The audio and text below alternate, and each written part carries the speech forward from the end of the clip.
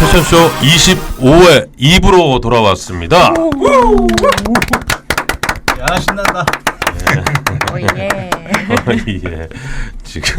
예. 지금 충청도 이 전라도 이 지역은 지금 비 피해로 굉장히 힘든 고난의 시간을 겪고 있습니다. 너무 웃었나요? 예, 웃지 마시고요.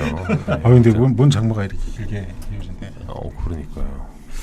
아무튼 우리 2부도요 조금 더 재밌고 색다른 정보로 청취자 여러분들께 좀 들려드리도록 할 텐데 2부는 늘 그렇듯이 짝퉁 인터뷰 시간입니다. 이번 주 게스트분 우리 에디 형이 좀 소개를 해주실까요? 네, 이번 짝퉁 인터뷰도 조금 색다른 경력을 가지신 분을 모셨습니다. 패션마케터에서 브랜드 코칭 전문가로 다시 돌아왔습니다. 코칭하면 일반인들에게는 다소 생소한 단어인데 쉽게 말해서 기업과 브랜드 그리고 사람을 대상으로 한 컨설팅 같은 것으로 이해도 될 것 같습니다. 다시 돌아온 조원섭 WN 브랜드 파트너스 대표입니다. 반갑습니다. 반갑습니다. 안녕하세요. 네. 저기 보고 카메라 저희가 좀 많아가지고 정신이 좀 없으시겠지만 1번, 네. 손 한번 흔들어 주시고요. 네, 반갑습니다. 저기 전체적으로 다 잡는 게 이제 글로벌한 미국에서 지금 보고 계십니다. 예.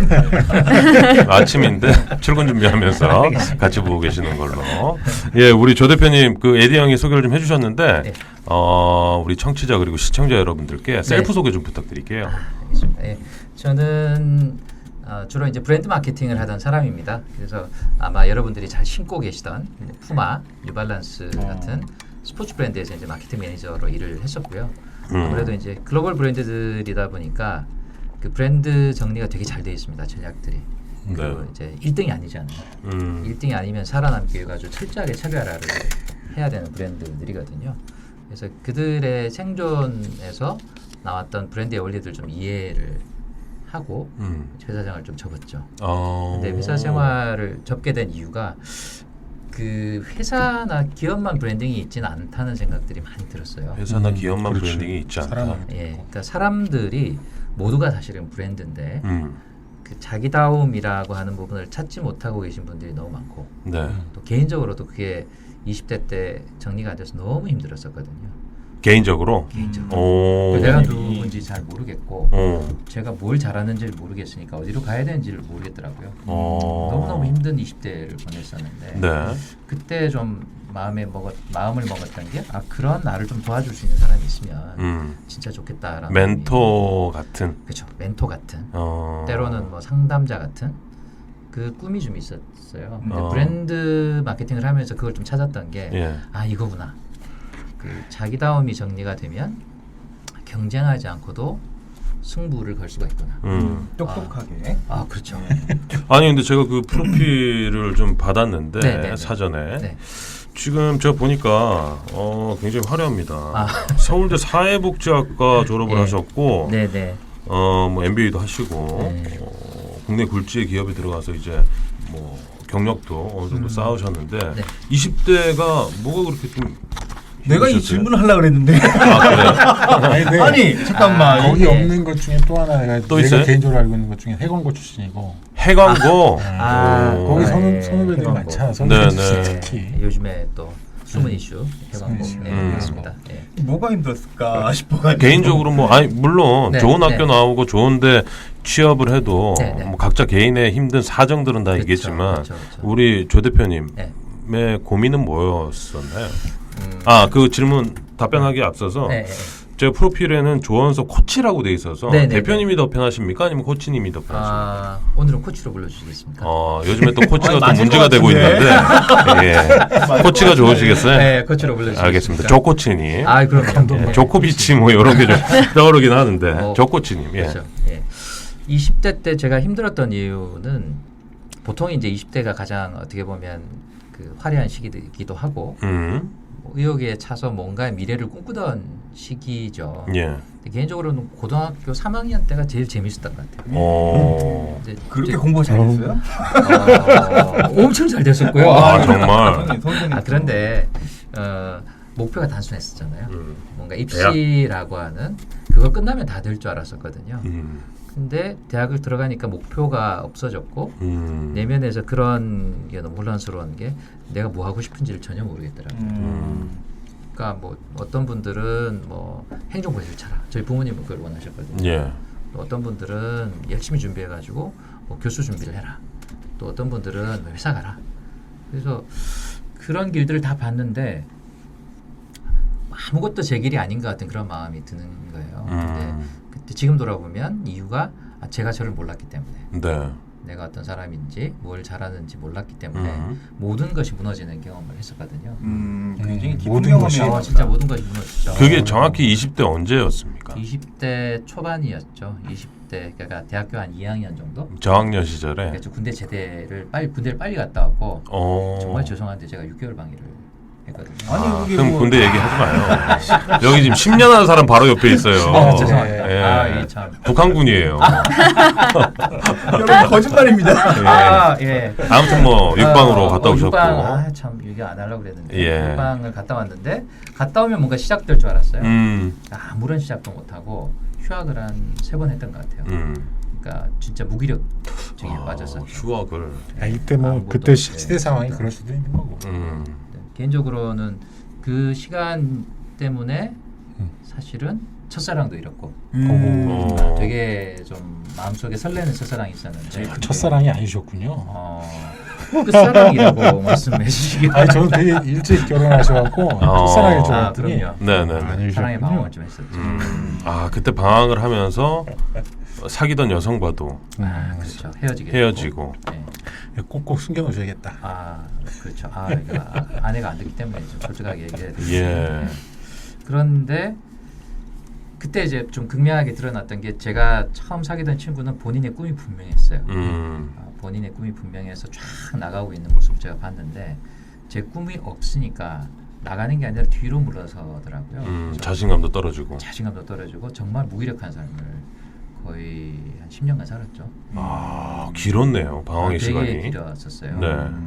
그러고 사실 그때는 뭐 취업이 어려운 때는 아니었으니까 이랜드라는 회사를 들어가서 언제입니까 그때가? 94년에 제가 이랜드를 입사를 했거든요. 근데 이랜드 들어가서 조금 일을 하니까 그래도 일 속에서 만나는 제가 있긴 했는데 네.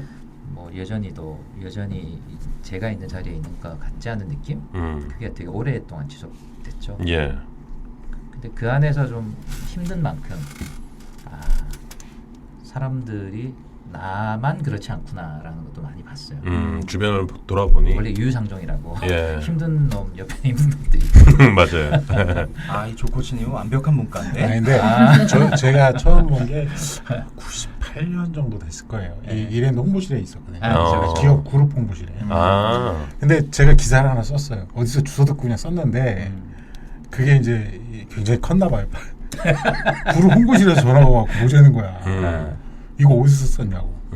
막 그런 얘기를 막 물어보는 거야. 그때 그럼 처음 네, 그랬죠. 인연이 됐었고. 네. 그랬을 거예요. 그때 좋은 기억은 아니겠구만. 그거 막느라. 그러니까 제가 썼던 기사가 네. 한국판 유니클로 만든다 이랜드에서 네. 이거였어요. 제목도 내 기억나는데 그게 후아유였어요. 그게 그 브랜드가 그렇게 준비해서 나온 브랜드가 후아유였고. 예. 근데 어쨌든 그렇게 해서 만났는데 만나고 이제 어쨌든 안면도 투고 딱 그랬는데 1년도 안 돼서 갑자기 그만둔 거예요 회사를. 그러더니 유니세프에 갔어. 맞아요. 네. 갑자기 갑자기. 유니세프로 네. 가신 거는 네. 뭐 이제 그 동기부여를 좀 찾으신 계기가 있었죠. 되어서. 약간 공공기관에 계신 분들이 그 프라이빗 섹터 이렇게 얘기하거든요. 네. 그러니까 그 민간 영역, 네. 공공 영역 이렇게 구분을 하는데 그때가 이제 현재로선 IMF거든요. 돕기 어렵네요. 죄송합니다. 현재로서 이런. 돕기 어렵네요. 시리가 이럴 수가. 갑자기 튀어났어. 아이고. 아니면 점괘 같이 정말. 돕기가 어렵답니다. 유니세프 얘기하는 이 시점. 정말 듣기가 힘드네. 예. 유니세프도 이제 본부 유니세프가 아니라 한국에서 어. 기금 모금을 전문으로 하는 네. 한국위원회 조직이었어요. 음. 근데 처음 제가 되게 설레는 일을 발견한 게 네. 그래도 이제 사회생활 시작하면서 홍보라는 일을 만났고 홍보라는 일에서 좀 마케팅이라는 개념을 좀 만났는데 네. 선배 한 분이 이제 저한테 야 너 되게 어울리는 일이 있어 그렇게 조언을 해주시더라고요. 근데 그게 이제 공공 영역의 마케팅이라는 게 있어. 네. 그래서 비영리 마케팅이 있는데 너라면 잘할 수 있을 것 같아 이렇게 말씀하셨는데 저에 대해서 일을 추천해 준 게 이게 처음이었거든요. 예. 그래서 선배들이. 그래서 저한테 잘 맞는다는 일이길래 가봐서 이렇게 뭐 하는지를 보니까 진짜 잘 맞는 거예요. 그래서 7개월 작업을 해가지고 예. 저 2번 버스 타고 바로 출근하시는 거죠. 그 선배도 그 그룹 홍보실. 아닙니다. 선배는 예. 제가 학생 때 노래 운동을 했었는데 노래 운동 할 때 저희 그 멘토 같은 분이셨죠. 지금 얘기를 종합해 보면 따뜻한 마음을 갖고 있고 인간의 내면을 찾으시는 성향을 가지신 분이 홍보 마케팅의 그 업을 만나는 순간 CRM이 된 거네요. 유니세프에 대한 어떤 그 사회 공헌에 대한 어떤 맞습니다. 이게 예. 딱 이렇게 흘러가는 거네요. 야, 진짜 역 잘하시는데요. 놀랍습니다. 오늘 하나 터졌어요. 감사합니다. 맞습니다. 바로 그 얘기. 네네네. 해냈습니다. 그럼 유니세프에서는 뭐 어떤 얘기를 기업 하셨어요? 대상의 펀드레이징, 그러니까 모금 활동의 책임자였었고요. 네. 너무 재밌게 2년 반 일을 했습니다. 2년 반. 네, 2년 반. 2년 반은 뭐 정해져 놓은 기간인가요? 아니면? 아닙니다. 그때까지 제 둘째가 태어나기 전. 어. 그러니까 이제 첫째가 아들이고 둘째도 아들인데 네. 사실은 비영리 섹터에 있으면 월급이 좀 작아요. 그렇죠. 그렇겠죠. 일반 기업에 비해서 한 80%? 그래서 저는 20%를 커버할 수 있을 줄 알았어요. 전 지금 80%라는 얘기고 깜짝 놀랐어요. 너무 많은데. 굉장히 많은 건데 그 정도. 좋은 곳은. 네. 네. 근데 그 근데 보통 다른 데는 더 작아요. 그렇죠. 예. 근데 유니세프가 그래서 좀 괜찮은 곳이었는데 20%의 갭이 뭔가를 둘째 태어나니까 알겠더라고요. 저축도 할 수가 없고 그렇지. 그다음에 뭔가 특별한 그 가족의 이슈가 생겼을 때 예. 뭐 병이 난다거나 뭐 이런 것들을 커버 못하는 막을 수가 없는. 울면서 나왔죠. 되게 좋은 일이었었는데 우리 조코치님과는 굉장히 맞는 일인데. 그렇죠. 그렇지. 근데 아내가 이제 여기까지 하자. 예. 제가 하고 싶은 일이 하나 있었는데 네. 지금 접었어요. 하고 싶은 일이? 제가 하고 있는 일도 좀 비슷해요. 아. 사내에서 그 CRM, CSV로 그러시구나. 사회기여를 돈을 벌어서 하고 있는데 네. 노스페이스 에디션. 제 파트너가 월드비전이거든요. 아, 월드비전에서 그러시구나. 기업과 상대하는 그런 파트를 파트너. 맡고 계셨던 거네요, 그죠? 그렇죠. 네, 바로 그런 일이었습니다. 저도 되게 하고 싶은 일 중에 하나여서 정말 생각을 하고 재밌거든요. 있었는데. 그럼 두 분이서 끝나고 잠깐 말씀을 하시고 이 귀한 시간에 그럼요. 잡담 좀 맞아요. 줄여주시고요. 죄송합니다. 유니세프 2년 반 동안 경험을 하시고 나서 그 다음에 옮긴 곳은 어디입니까? 푸마였습니다. 근데 푸마. 이랜드가 여기서 잠깐 얘기할 이랜드가 좋은 게 그렇게 퇴사자들에 대한 재입사를 그러네. 본유로 굉장히 잘하고 맞습니다. 받아줬대. 감사하죠. 그것도 잘해. 네. 그게 장점이죠. 그만큼 또 인재라는 걸 그렇죠. 반증할 그건 수 또 있는 거죠. 당연하죠. 개판 치고 갔는데 누가 또 다시 입사하겠다 그러면 받아줍니까? 그렇지 않아요, 조코치님? 그럼요. 저 일을 개판 안 쳤습니다. 예. 개판 제 눈 보고 얘기하세요. 우리 저기 그때 박 기자님께 전화도 하고 막 그랬으니까 개판 안 치고. 다시 이제 푸마로 네, 맞습니다. 들어가셨어요. 예. 그때 푸마를 라이선스를 이랜드에서 하고 있었는데 그 전까지는 뭐 완전 매출이 힘들었죠. 50억도 안 됐어요. 맞습니다. 실제로 몇 년 동안. 미비한 그러다가 수준이었는데 2000년대 초반 2001년 아니면 2002년 푸마에서 처음으로 글로벌 모든 스포츠 브랜드에서 처음으로 질샌더하고 콜라보레이션을 한 게 맞습니다. 나왔어요. 근데 근데 그게 글로벌에서 어마어마하게 선풍적인 인기를 맞아요. 그러면서 그때 국내에서도 마케팅 이슈부터 시작해 푸마에 대한 이슈가 막 치솟기 시작했죠. 근데 지금 또 꼬꾸라졌죠. 뭐. 그렇죠. 예. 직 진출하면서. 예. 2002년에 이제 안정환이 이제 막 이슈가 되면서 그치, 그때 안정환. 푸마의 모델이 있었거든요. 안정환. 안정환. 예. 그래서 뭐 반지 키스 뭐 그러면서 그래서 그 해에 그러니까 150억에서 1000억까지 올라갔어요. 와. 한 해 2002년도에. 수직 상승을 했네. 그러니까 오죽했으면 안정환이 유일하게 그 다 나이키 저 축구화를 신었는데 안정환만 푸마 축구화를 신었고 그다음에 그 잠실 내 기억으로는 잠실 운동장을 빌려서 그렇죠. 푸마가 네, 맞아요. 단체 응원전을 잠실 운동장에서 했어요. 야구장 푸마만. 근데 우리 참고로 B급 인생은 옛날 얘기할 때 제일 신나. 아니 요새 앞으로 어떻게 할 거야라고 얘기하면 쭈그러드는데 옛날 얘기하면 신이 나.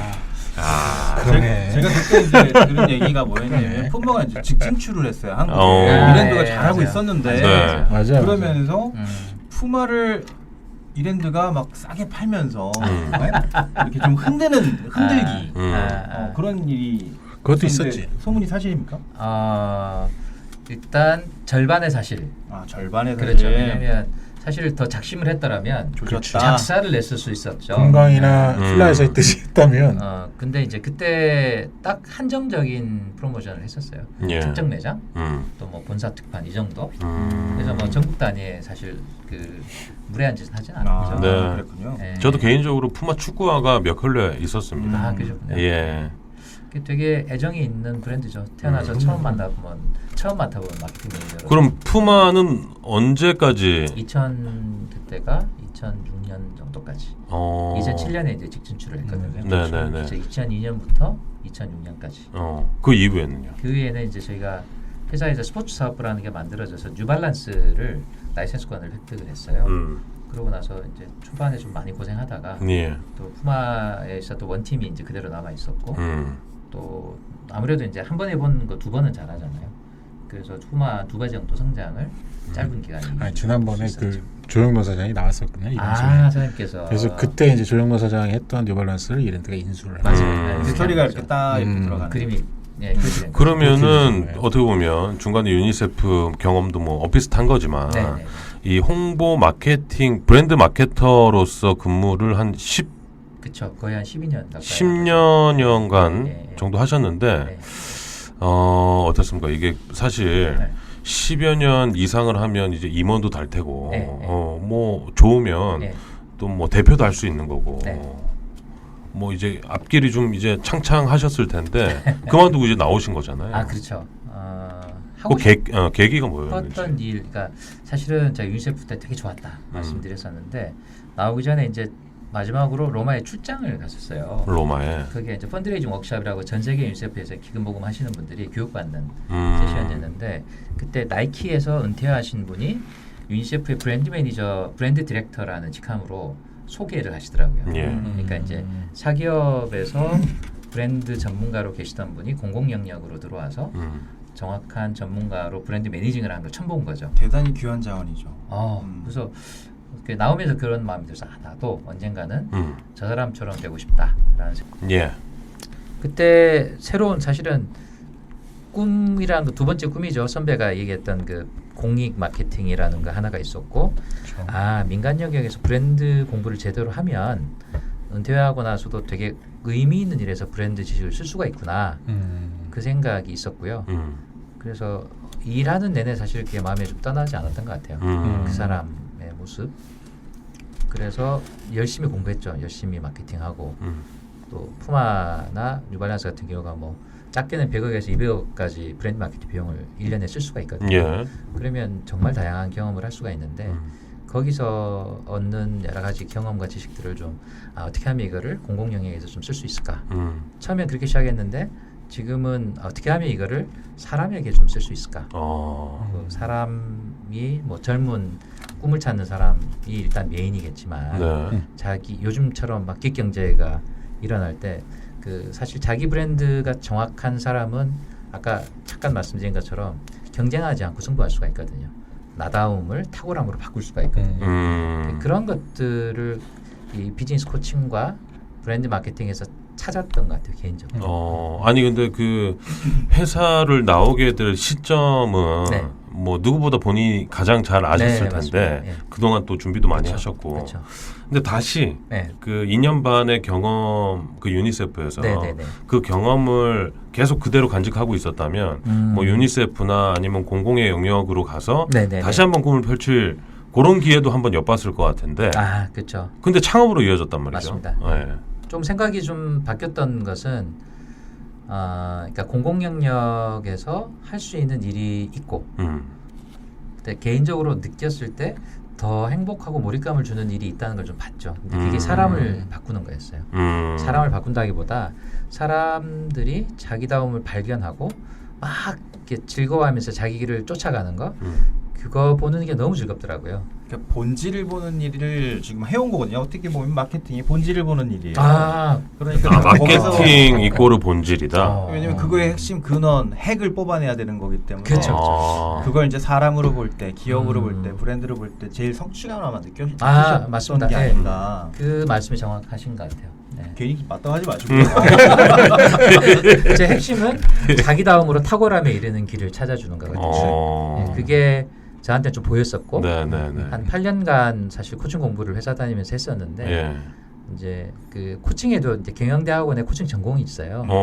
그래서 MBA 하면서 막 무슨 회계나 이런 걸 공부한 게 아니라 사람의 심리, 뭐 조직행동론, 인사 리더십 이런 것들에 대해서 좀 재미나게 공부를 했었고 또 이게 한국에서 시작된 게 아니라 이제 미국에서 시작돼서 유럽과 미국이 사실은 주축이거든요.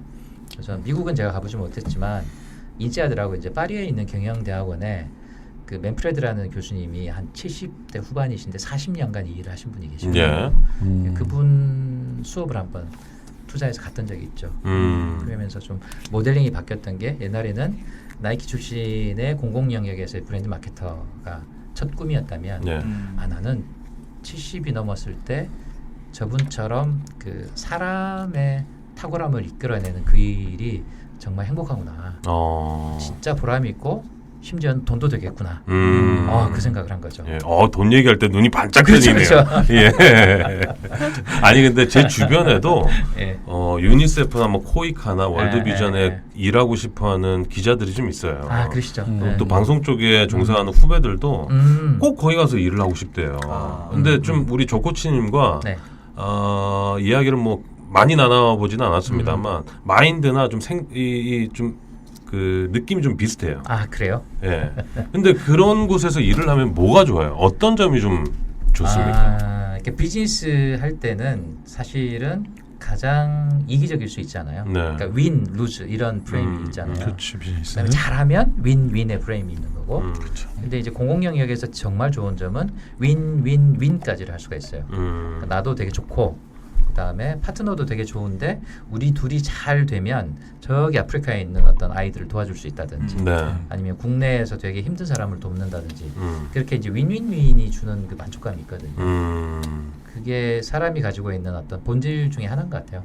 뭔가 좀 남을 위해서 살아갈 때 사실 그 뇌과학에서도 봉사를 할 때 세로토닌이 막 올라온다고 하거든요.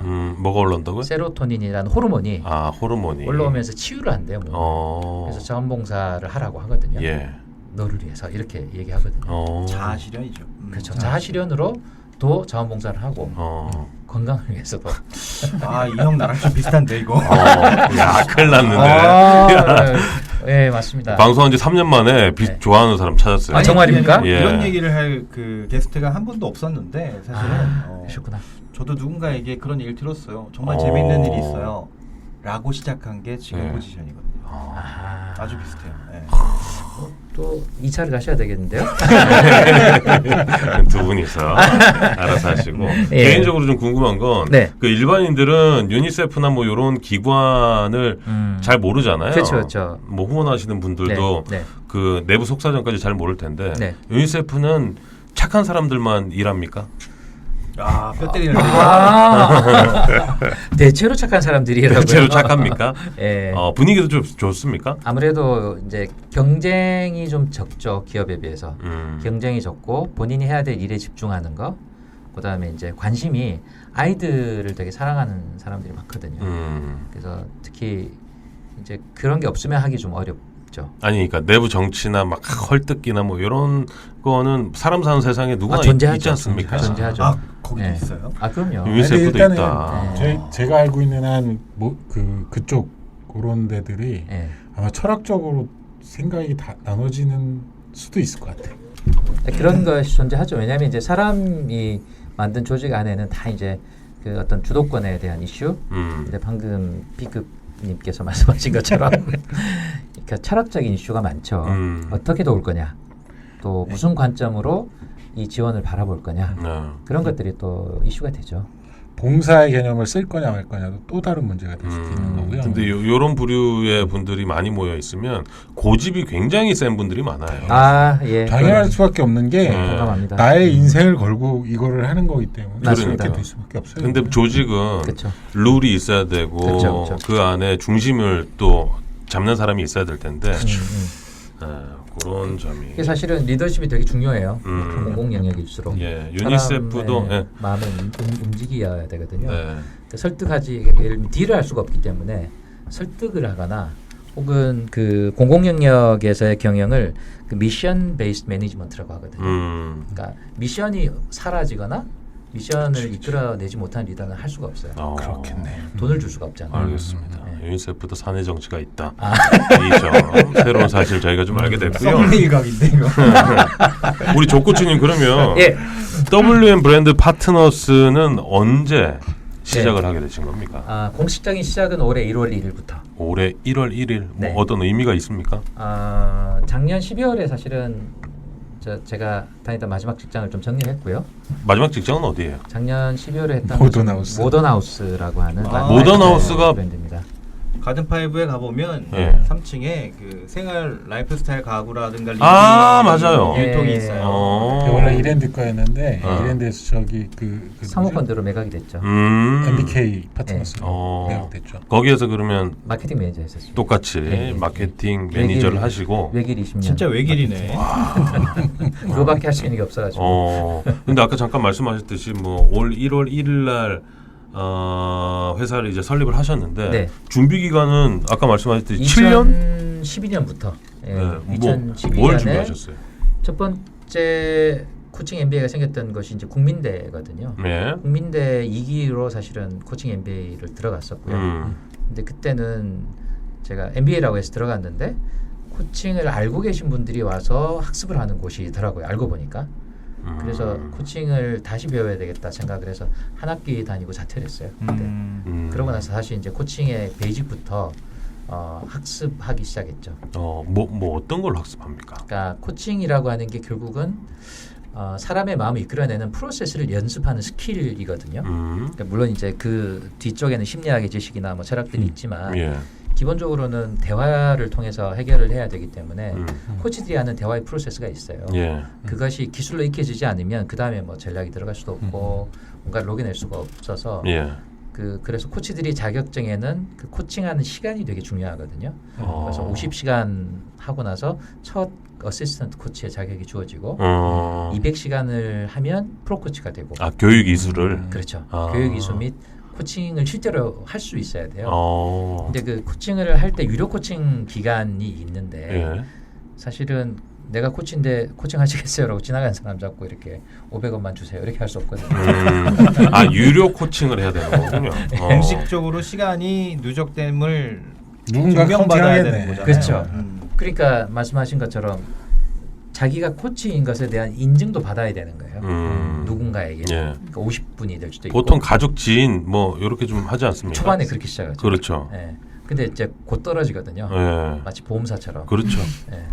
근데 그 다음부터는 자기 증명을 해야 되거든요. 내가 말을 하고 싶은 사람인지가 사실은 그 과정에서 필터가 돼요.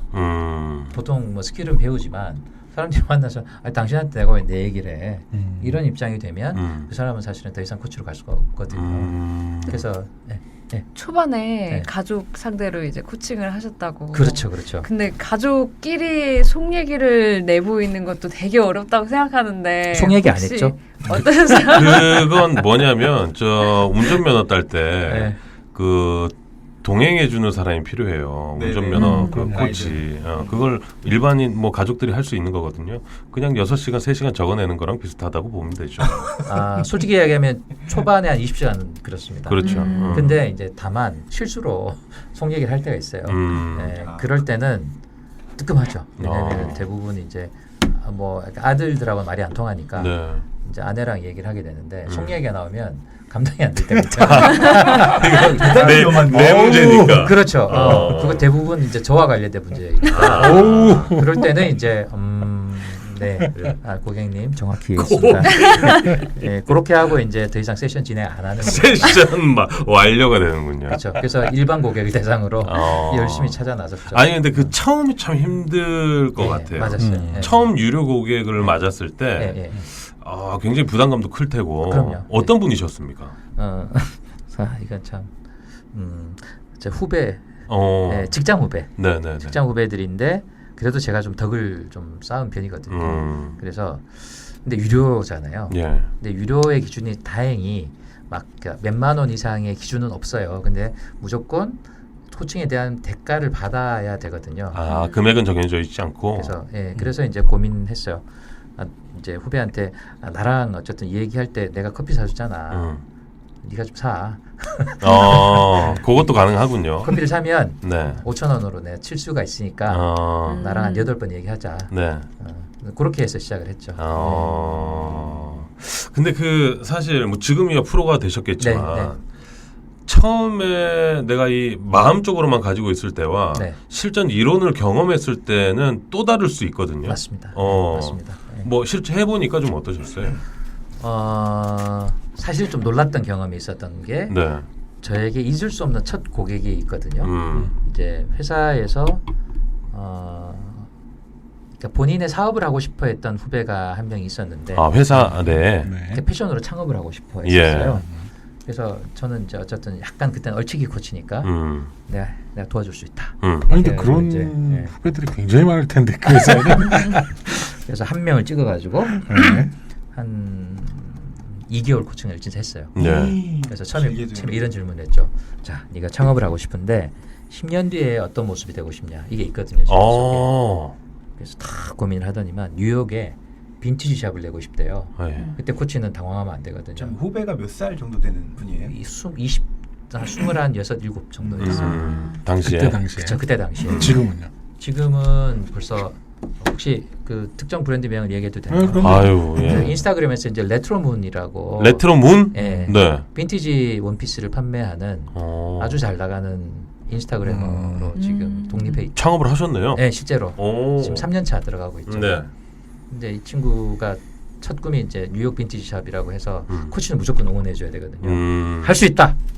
10년 뒤 뉴욕 가자 이렇게 시작했는데 네. 진짜 믿더라고요. 그래서 그래서 그 모드로 계속 코칭을 했는데 네. 진짜 부담스러웠던 게 6개월 한 1년 뒤에 퇴사를 했어요. 큰일 났다. 큰일 났지. 그래서 너무 사실은 내심 당황했지만 그러나 또 우리가 가오가 있으니까 예. 진심으로 응원해줬죠. 아. 근데 이 친구가 정말 한 그 기간 동안의 코칭으로 자기 생각을 딱 정리하고 플리마켓부터 시작을 하더라고요. 플리마켓 주말 시작을 해서 고객을 조금씩 모으더니만 본인 집에서 이제 사진도 찍고 그다음에 처음에 빈티지 관련된 의류를 하는 그것도 이제 좀 이렇게 소개해주는 교육이 있더만요. 예. 어떻게 사서 어떻게 파는지를 거기 가서 실제로 뭐 이렇게 경험도 해보고. 그렇죠. 컨테이너로 막 떼오는 것도 가보고 그걸 다 해보더라고요. 그러고 나서 창업을 정말 하더라고요. 그래서 사실은 좀 불안하니까 AS 차원에서 6개월에 한 번씩 전화를 하고 AS. 그분도 실제 유료 고객이었죠. 하셨었고. 그렇죠. 그래도 그냥 말 던지고 나서 끝이 아니라 끝까지 사후 관리 책임져 주시고. 그럼요. 정말 당황했었어요, 사실. 어쩌면 그게 퇴사한다고 AS가 했을 제일 중요할 수도 있어요. 근데 코칭. 사실 코치님이 얘기해서 그렇게 하신 건 아니고 그분이 마음에서 계획이 돼 주신 있었겠죠. 건데. 질른 거 저는 질문을 했을 따름인데 네. 갑자기 뉴욕이 튀어나왔고 뉴욕 가려면 돈 벌어야 되니까 이제 창업을 했고 끊어져 있는 생각들이 다 연결 딱 돼버리는 거지. 정확한 이런 현상이 마음속에서 일어나거든요, 실제로. 아니 근데 방금 말씀하셨을 때 그 코칭을 할 때는 무조건 응원을 해줘야 된다라고 하셨는데 이 코치들이 의뢰인들에게 의뢰인들의 이런 고민이나 뭐 진로에 대해서 전혀 터무니없고 내가 봤을 때 이루어지지 않을 것 같음에도 전혀 불구하고 공감이 안 돼. 응원을 해줘야 됩니까? 본질적으로 응원을 해줘야 되고요. 네. 왜냐하면 이제 코칭의 기본적인 철학은 답은 그대 안에 있다이고요. 답은 그대 안에 있다. 두 번째는 선택권도 그대 안에 있다 하거든요. 그래서 어떤 경우는 무리한 정말 터무니없는 꿈을 꿀 수 있는데 하다 보면 사실 깨달아요. 얘기를 하다 보면 실행을 하다 보면 실행을 하다 보면 그렇지만 첫 발을 떼는 게 되게 중요하기 때문에 내가 10,000개의 꿈을 꾸더라도 한 번 걷다 보면 100개 날 수가 있거든요. 그런 의미에서 이제 응원을 하죠. 그리고 보통 말씀하세요. 괜찮습니다. 보통 어떤 분들이 좀 신청을 하십니까? 대개는 이제 크게는 두 가지인데 힘든 분들도 코칭을 받고 싶어 하세요. 마음이 힘든 분들. 마음이 힘든. 근데 그게 이제 뭐 우울증이 있다거나 그런 게 아니고 예를 들면 코칭의 첫 유래가 비즈니스를 하는 사람들 중에서 임팩트가 큰 의사결정을 해야 될 분들 있잖아요. 네. 뭐 CEO라든지 뭐 펀드 매니저 같은 분들은 본인의 선택이 감정에 의해서 흔들리면 큰 돈이 날아가니까 예전에는 이제 뭐 심리 상담사를 찾아간다는 그렇게 했었는데 네. 이게 약간 전문용어로 스티그마라고 해서 네. 스티그마. 야, 너는 상담을 해야 되는 문제가 되는 사람이야라는 낙인이 찍히잖아요. 근데 그런 거 말고 이제 코치들이 일어나기 시작한 게 과거의 문제 말고 현재 당신이 가지고 있는 이슈를 나와 함께 대화하면서 정리를 해줄게요. 네. 두 번째는 정확히 어떤 것인지에 대해서 본질을 짚어줄게요. 그다음 내가 응원을 해줄게요. 이렇게 이제 미국에서 한 90년대 시작이 됐거든요. 근데 너무 사실은 그 고가의 비즈니스였죠. 왜냐하면 소수의 클라이언트를 대상으로 하니까. 네. 근데 그게 미국에서 조금 더 대중화되면서 이제 한국에 넘어왔을 때도 딱 시장이 양분이 되죠. 예. 대기업의 임원분들은 코칭을 대부분 받으시거든요. 근데 그 시장이 하나 존재하고 외국계 기업도 이제 뭐 이베이 같은 곳에서는 글로벌하게 코칭 프로그램을 운영하고 있어요. 왜냐하면 그 사장님도 그렇지만 팀장들이 흔들렸을 때 조직이 엄청 흔들리잖아요. 그렇죠. 그래서 팀장들이 코칭 대화를 할 수 있도록 그러니까 직원들의 마음들을 이끌어내고 예. 또 직원들이 가장 자기다움을 유지할 수 있도록 트레이닝을 시키거든요. 해외 기업들 같은 경우는. 네. 그래서 조금 마음이 힘든 부분을 좋게 한다든지 두 번째는 자기 개발에 원래부터 관심이 있는 분들이 많으세요. 그러니까 이분들은 똑같이 이제 성공하신 분들인데 예. 더 잘 하고 싶어서 예를 들면 뭐 강의에 가신다든지 뭐 네. 북클럽을 가신다든지 이런 분들이 있거든요. 맞아요. 그런 분들이 또 개인적인 케어를 받기를 원하세요. 자기 생각을 조금 더 그런 분들의 공통점은 자신감이 없다는 거예요. 지식적으로는 어마어마한데 자신감이 없어. 네. 보통. 그럴 때 코치가 잘 도와드릴 수가 있거든요. 왜냐하면 코치는 정말 고객의 편이거든요. 근데 이런 분들이 코칭을 사실 뭐 인터넷으로 찾아서 이렇게 신청하는 분들이 많으세요. 루트가 어떻게 됩니까? 되게 인적 소개가 아직은 많고요. 그렇겠죠. 인적 소개. 왜냐하면 코치의 코칭 퀄리티를 검증할 방법이 없잖아요. 네. 그래서 이제 코칭을 받아보고 만족한 분들이 추천을 많이 해주시고요. 그래서 그런 경로가 많고 입소문이 많고. 그렇죠. 예. 그래서 그런지 명함해 보니까 웹사이트나 어떤 이 프로그램 회사를 소개하는 어떤 온라인 창구가 없네요. 네. 홈페이지가 없습니까? 사실은 좀 제가 아직 미흡해서 준비를 못한 부분이 제일 크고요. 네. 두 번째는 현재까지는 크게 의미가 없더라고요. 음. 인적 소개가 제일 중요하고 사실 그것만으로도 어느 정도 비즈니스 빌딩을 이제 한 발짝 한 발짝 가는 데는 네. 문제 없는데 대신 이제 이거를 대중화시키고 파트너 코치들이 많아져서 이제 제가 비즈니스를 만들어 드려야 될 경우는 꼭 필요하죠. 근데 사실 올 초에 네. 설립을 하셨는데 그렇죠. 올 초에 이게 그 코로나 19가 그 터지면서 네. 지금 뭐 포스트 코로나 얘기도 나오고 네, 있고요. 네. 코로나 블루 때문에 굉장히 그 뭐 자영업자분들이나 맞습니다. 뭐 스타트업 하시는 분들도 힘들어하는 분들이 그렇죠. 굉장히 많은데 그렇죠. 지금 이 시점이 코칭이 좀 필요한 시기가 아닙니까? 사실 그렇습니다. 그러니까 뭐 제일 힘든 게 야 내가 어떻게 해야 되지 이제? 그러니까 답이 네, 없을 때. 그거거든요. 근데 아까도 말씀드렸지만 사실은 답이 자기한테 있다. 자기한테 있죠. 있어요. 너무 많이 봤기 때문에 알아요. 저는. 근데 당황을 하니까 감정이 흔들리니까 그 소리를 못 듣는 거죠. 그럴 때 코치가 이제 거울이 되어주기도 하고 네. 때로는 이제 마음의 소리가 되어주기도 하고 또는 사실 아까 잠깐 말씀드린 그 맨프레드라고 하는 그 잉시아대 교수님은 정신분석 학자면서 그 리더십 개발 쪽 교수님이세요. 네. 그래서 이분이 어떤 접근을 하냐면 한 학기 동안에 창업자나 CEO들 클래스를 운영하면서 예. 본인의 트라우마를 다뤄주세요. 그러니까 이제 예를 들면 뭐 회사에서 갑자기 저놈만 보면 기분이 나쁜 사람이 있어. 진짜 기분 나빠. 예. 그래서 제가 보고한 건 다 싫어. 라고 하면 네. 회사가 손해를 보잖아요. 어떻게 해야 돼요, 그럴 때? 그럴 때 왜 그런지를 이 그룹 코칭을 통해 가지고 드러내 주세요. 당신 아버지를 닮았잖아요. 뭐 이런 거. 예? 내지는 옛날에 때린 사람이잖아요. 그 되게 좀 웃기게 얘기하지만 그런 것들이 마음속에 박혀 있거든요. 근데 그게 뭐 이야기를 좀 나누다 보면 알게 됩니까? 아니면 당연하죠. 네. 거기에서 뭐 꼭 필요한 질문들이 좀 있습니까? 진단 검사를 하기도 하고요. 아. 검증된 진단 검사로 하기도 예, 하고요. 예. 말씀하신 것처럼 그 심리학적인 지식들을 저희가 배우기 때문에 이제 심리학적으로 검증된 질문들을 통해서 상징들을 이끌어낼 수 있거든요. 결국은 이제 반복되는 패턴으로 인식이 되거든요. 시간이 좀 걸립니까 그게? 정신분석적인 접근을 하면 사실은 많이 걸리지만 예. 진단 검사나 질문을 통해서 들어가면 생각보다는 짧은 시간에 패턴을 볼 수가 있죠. 지금 잠깐 할 수 있어요? W 그거 뭐죠? 제일 자주 쓰는 그 진단. 할 수 있어요.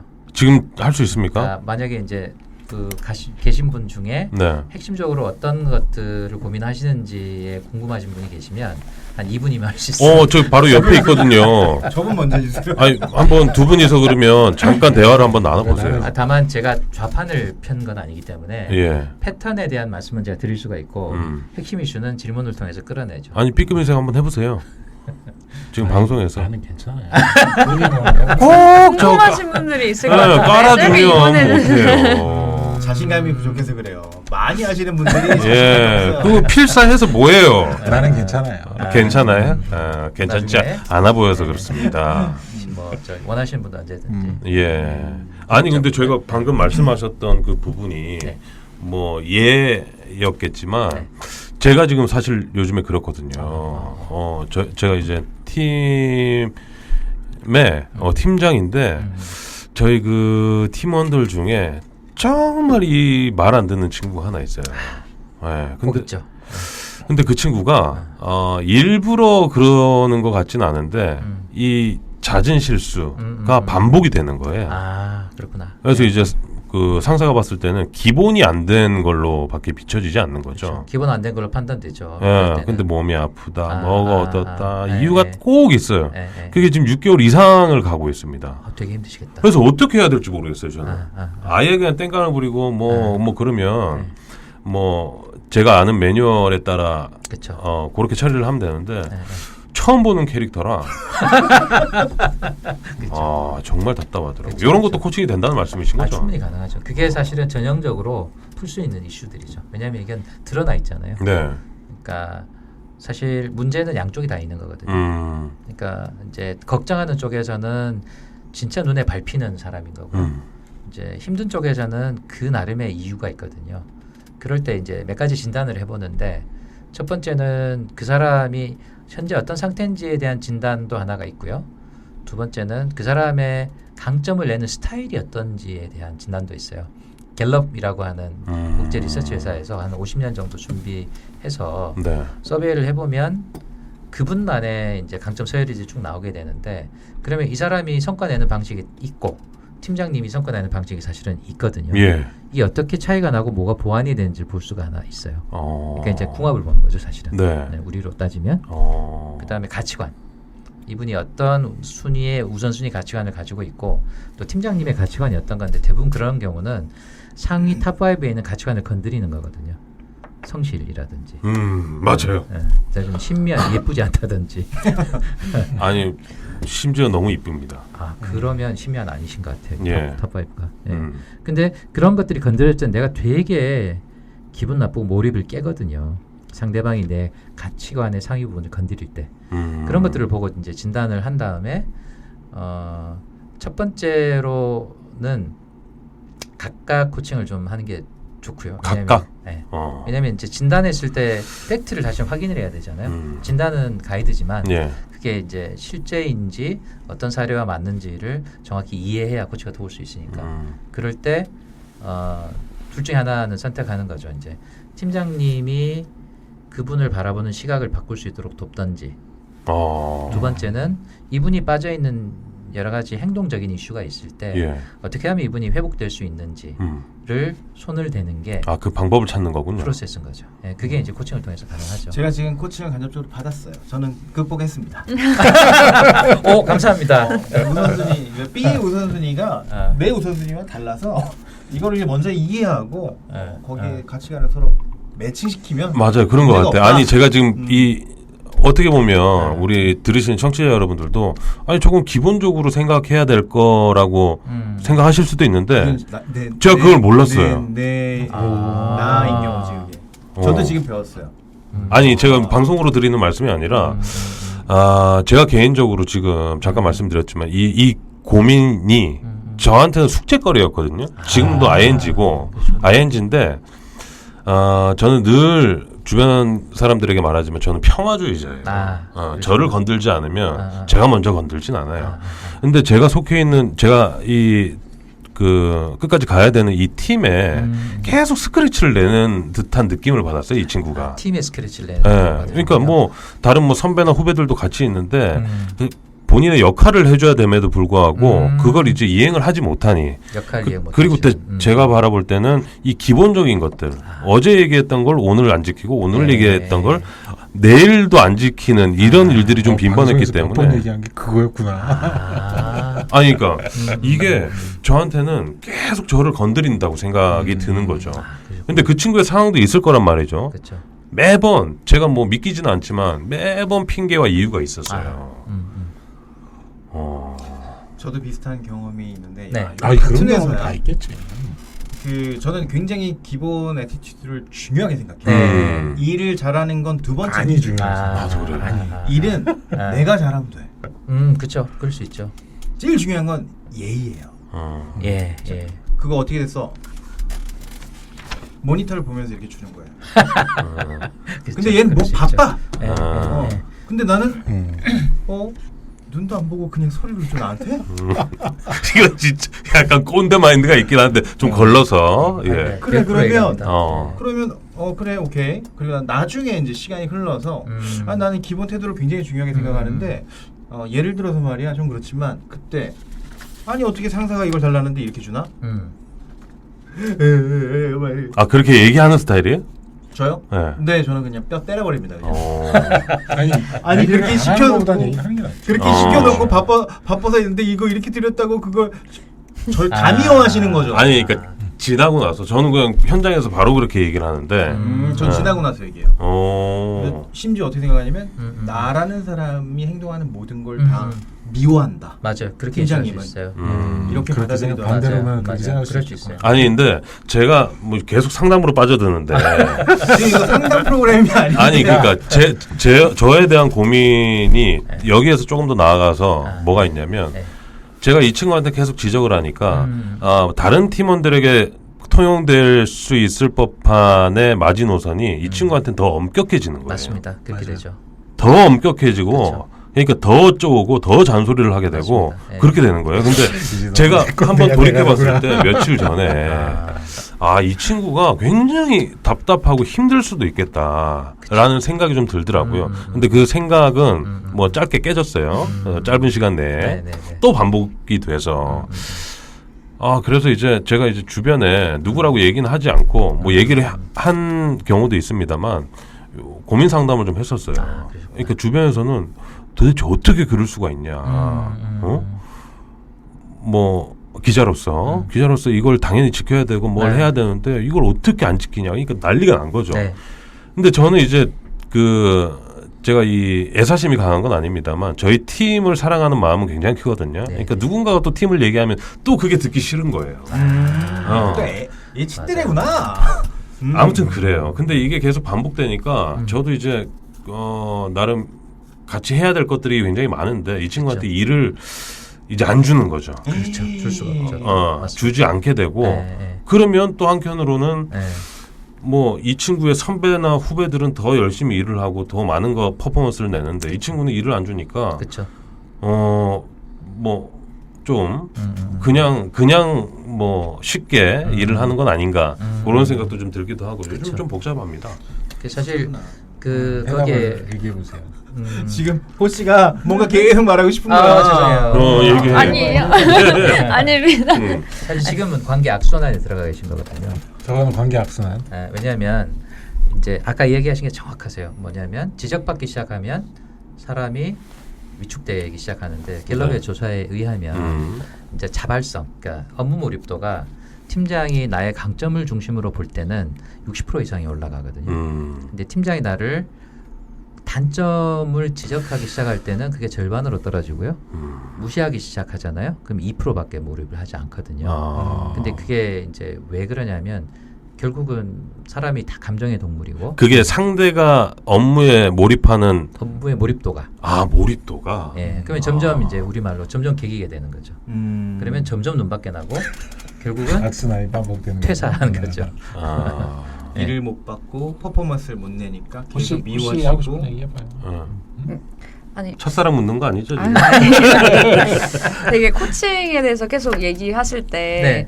나다움 찾기나 그쵸. 지금 뭐 얘기하시는 네. 그 차이 이런 거 얘기하시는 게 되게 요새 유행하는 MBTI랑 되게 많아 있는 것 그렇죠. 같아서 그렇죠. 그런 것도 되게 많이 도움이 되나요? 아, 도움 되죠. 도움 됩니까? 왜냐면 이제 MBTI가 되게 MBTI랑 요새 심리학에서 가장 많이 쓰는 그거 아니에요? 그쵸. MBTI가? 그 분석 분석? 꽤 자기 오래됐죠. 진단도고. 그거를 요즘 네. 20대들은 네. 자기를 MBTI로 소개를 해요. 그렇죠. 그렇더라고요. 핫하죠. 네. 안녕하세요. ETFJ의 강대용입니다. 뭐 이렇게 네. 그렇죠. 어, 그 활용이 MBTI가 많고. 되게 도움이 되는 건 코칭과 기본적으로 철학이 같아요. 왜냐하면 음. 이제 융이라는 분이 MBTI를 만들게 된 심리학적 구스타프 배경이 융. 되시죠. 그쵸, 구스타프 융. 저 아는 건 많은데. 이 융에서 네. 우리가 좀 들어봤던 그 아들러로 넘어오면서 네. 뭐 칼 로저스 이런 분들이 그 자기 내면의 답이 있고 충분히 경청하면 사람이 스스로 회복한다 이런 철학을 가지고 있거든요. 네. 근데 중요한 건 자기다움을 찾아주는 부분인데 MBTI를 비롯한 많은 진단 도구들이 그 사람이 가장 편안한 상태가 어떤 건가를 잘 보게 해줘요. 예를 들면 저는 ENFP거든요. 저는 ENFP 좋은 수업이에요. 이렇게 하는데요. ENFP가 무슨 뜻이냐면 외향적이고 그다음에 N이 이제 직관적인 사람이거든요. 네. 일일이 따지지 않고 그냥 알 수 있는. 그다음에 F가 그렇군요. 반갑습니다, ENFP. 저도 ENFP인 것 같은데. F가 되게 감성적인 사람, P가 되게 수용적인 사람. 음. 이에요. 근데 ENFP가 되게 힘들어하는 타입이 이제 기업에서 관리자로 아주 성공하신 ESTJ. 그러니까 외향적이고 아주 꼼꼼하게 따지고 네. 진짜 사고력이 뛰어나고 판단하는 사람들. 그런 사람들이 되게 성공해요. 그래서 네. CEO나 부장님들이 그런 분들이 많죠. 연봉이 가장 높은 성과군이에요. ESTJ. 16개 군 중에서. 그럼요. 네. 저희 아내가 다행입니다. 야, 그러면 상반되는 분. 완전 반전인데 이제 대신 이제 신뢰와 사랑이 있으니까 넘어가는데 네. 사랑이 깨지면 진짜 힘들죠. 서로. 뒤도 안 들어보죠. 완전 뭐 제가 상처 투성이가 됐죠. A병이 아니시길 바랍니다. 저는 막아낼 수 있는 방법이 없어요. 저는 F가 90%거든요. 아내가 이제 측은히 여기야 이제 제가 살아갈 수 있어요. 알겠습니다. 저희가 그 상담 넘어가기 앞서서 코칭이라고 말씀해 주시기. 코칭 넘어가기 앞서서 네. 그럼 아까 저와 같은 경우는 네. 어떻게 그 친구가 잘하는 좀 뭐 이런 역할들을 더 부각을 시켜줘야 되는 겁니까? 그렇죠. 바라볼 때 그 옛날 원효 대사님도 그런 거 보셨잖아요. 네. 그러니까 눈 해골물. 감고 해골물 드셨을 때 되게 맛있었다고 하신 것처럼 예. 눈을 지금 감고 탁 뜨면서 먼저 좀 객관적인 진단을 그분한테 하시길 추천드려요. 예를 들면 이제 MBTI, 갤럽 이런 걸 보면 갤럽 어디에 한번 가봐야 되겠네. 제가 제가 드릴 수 있어요. 알겠습니다. 서비스. 서비스. 물어. 커피 사줘야겠네요. 근데 해보시면 예. 이 친구만의 독특한 강점이 데이터로 나와요. 그러면 객관적인 서비스니까 믿어보는 거죠 일단. 네. 그러면서 그것부터 보기 시작하는 거죠. 예를 들면 이런 거 있어요. 내가 행동이 발달돼 있어. 그러면 이제 나는 치고 나가야 돼. 근데 걔가 심사숙고야. 네. 그러니까 얘는 생각이 정리돼야 나갈 수가 있어요. 근데 옛날에는 느려 터진 놈 이건데 심사숙고라는 네임잇 거죠. 이름을 붙이면 내게 와서 꽃이 되잖아요. 그러니까 심사숙고라고 하는 예. 특성으로 이해가 되거든요. 그러면 이제 좀 달리 보이기 시작하죠. 네. 아니 나는 그냥 아까 DJ 강의 하는 것 중에 가장 좋은 건 그냥 어린애일 뿐이야 이렇게 생각하면 아마도 그럴 수 있죠. 아마도. 예. 어린애일 뿐이야. 어린애가 아니니까. 그러니까 서른이 넘었어요. 그러니까 그것도 보기나 생각하기 나름이라는 거지. 아니 근데 제가 필요한 건 그 어느 정도의 퍼포먼스와 롤을 이행을 해줬으면 좋겠다라는 거예요. 그렇죠. 근데 당연히 해줘야 되고. 그렇죠. 근데 뭐 그냥 배우는 과정이야라고 치부하기에는 이 친구가 뭐 인턴이나 수습도 아닌데 그러니까 그게 이제 제 입장에서는 속이 좀 터지는 거고. 그러실 것 같아요. 그치. 조금 이제 또 깊은 상담은 이따 저 다방 가서 좀 하시고요. 알겠습니다. 예. 저희가 진짜. 또 그 WM 브랜드 파트너스에 대해서 좀 말씀을 드려야 되는데 개인적으로 네네. 자기 다움을 찾는 코칭도 하시고, 맞습니다. 그리고 또 뭐 어떤 기업도 네. 기업이나 브랜드도 뭐 가능하시다고 들었는데 이 네. 사업 영역을 좀 소개를 좀 해주세요. 사업 영역이죠. 네. 영역은 사실 이제 그러니까 스타트업 기업들 또 중견 기업들 중에 이 기업이 왜 존재하는지에 대해서 정리가 안 되신 분들을 제가 좀 도와드릴 수가 있고요. 네. 그게 정리가 되면 전략이 나올 수가 있거든요. 네.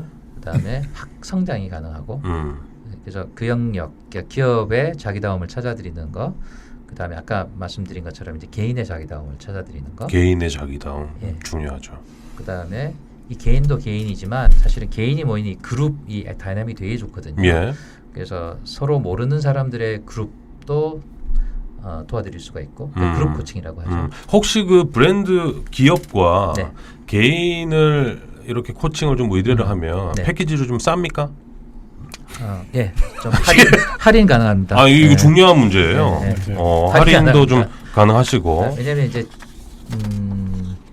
그렇죠. 시간과 또 에너지를 세이브할 수 있으니까 네. 할인이 가능. 그러면 근데, 코칭 묻고 마케팅 컨설팅 또 오퍼 주실 수 있어요? 그럼요. 일시에 가능합니다. 코칭 묻고 더블 받. 네. 네, 묶고 아니, 근데 더블로. 호씨가 제일 그게 필요한 거구나. 가능할 수밖에 없는 게 네. 그러니까 패션업에서 20년의 경력을 가지고 마케팅의 그 시각으로 바라봤다면 이 코칭에다가 그 힘과 이 심리적인 이 심리 철학을 엎으면 네. 반드시 뭔가 결론이 나올 거예요. 꼭 한번 받아보세요.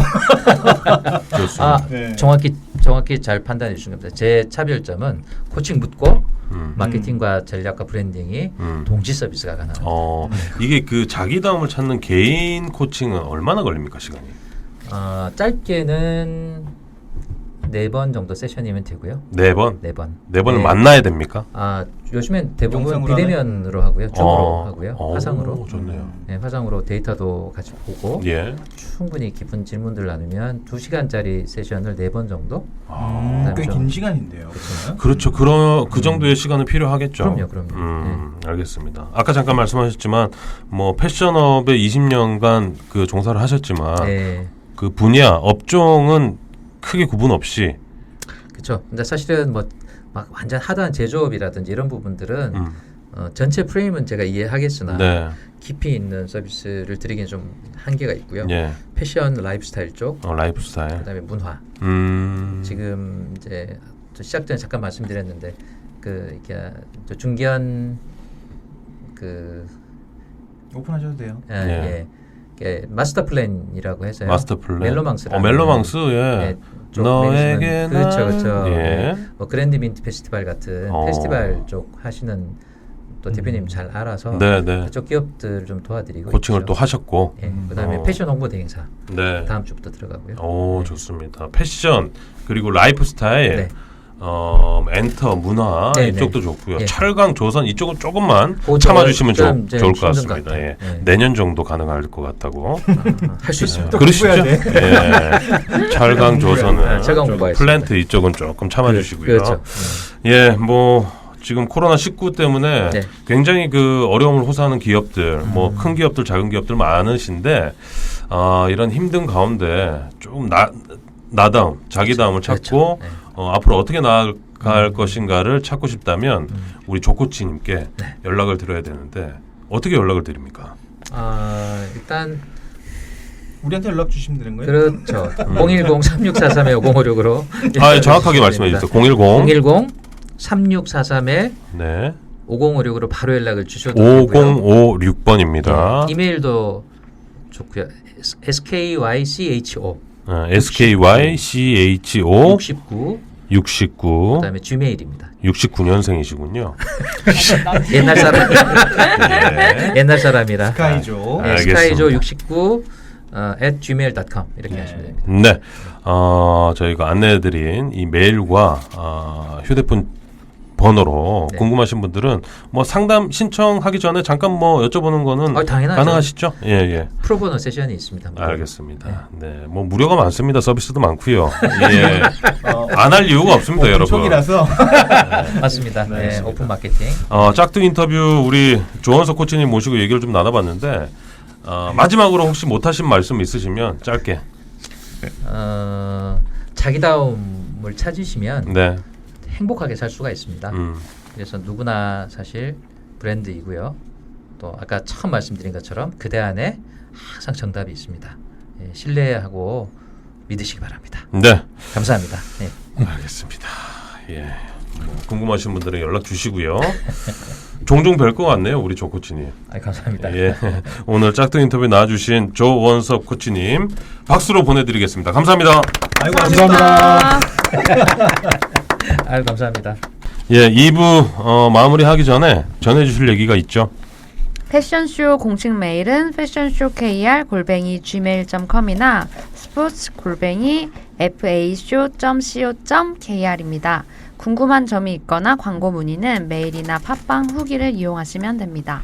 네, 신개념 미디어 플랫폼 미디어 패션쇼는 팟캐스트 패션쇼를 비롯해서 유튜브 TV 패션쇼, 패션 매거진 미디어 패션쇼, 온라인 패션 스토어 샵 패션쇼, 구인구직 잡 패션쇼까지 다양한 컨텐츠를 제공하고 있습니다. 많은 관심을 부탁드립니다. 네. 저희 패션쇼는 후원 기업들도 기다리고 있습니다. 뭐 개인도 좋고요. 브랜드도 좋고 큰 삼성도 저희가 받습니다. 예. 언제든지 소개해드린 메일 주소로 문의를 해주시면 친절하게 안내를 해드리겠습니다. 먹고 사는 얘기보다 더 재밌는 패션과 패션 피플들의 진짜 이야기 패션쇼 25회 2부는 여기까지고요. 저희는 다음 주에 조금 더 재밌는 방송으로 다시 찾아오겠습니다. 감사합니다. 감사합니다. 감사합니다.